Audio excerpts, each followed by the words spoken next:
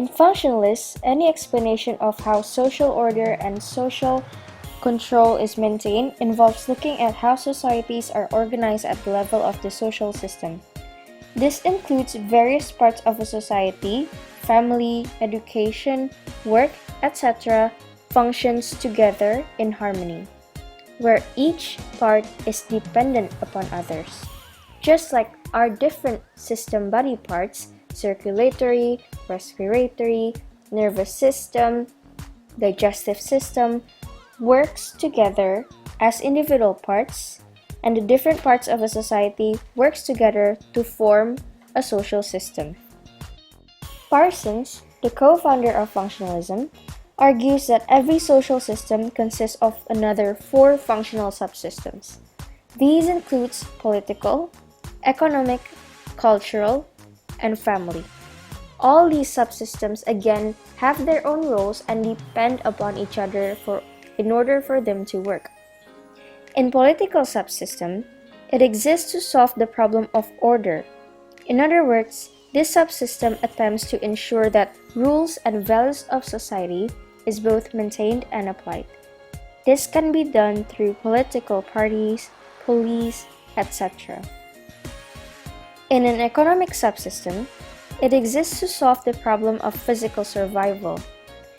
This is basically how people organize into work-based relationships to produce things such as food, shelter, and all the things necessary for survival. Next, in the cultural subsystem, it exists to solve the problem of social integration, to make people feel like they have things in common. Therefore, it exists to develop and foster common cultural values and norms, and for functionalists, these are the basic building blocks for integration.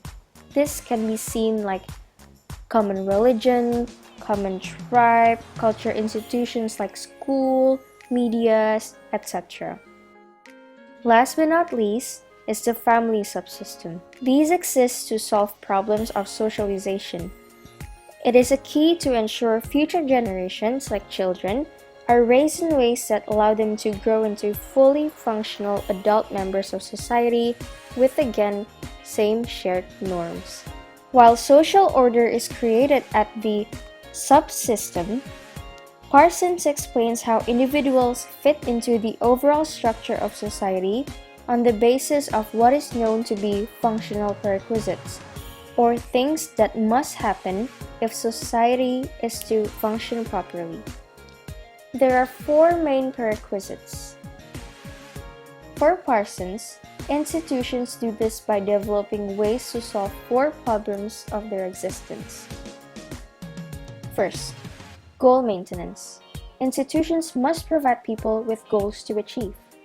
Second, adaptation. To achieve institutional goals, people need a cooperative environment. Third, integration. People must be motivated to achieve their goals, and this can be done by encouraging a sense of belonging. And last, latency. Conflicts within an institution must be managed. Thus, rules are created to encourage desirable behavior and punish rule breaking.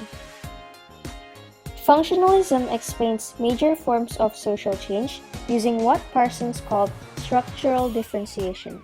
Basically, this is the idea if where should one subsystem change, the others will also get an effect. Take the family subsystem and cultural subsystem as an example. Should the family subsystem changes and it fails to socialize children ways to allow them to grow into fully functioning adult members of society, the cultural subsystem will also change as well. Why? Because these children will no longer have common cultural values and norms. Thus, this is how structural differentiation could happen. The same also goes to parts of your body.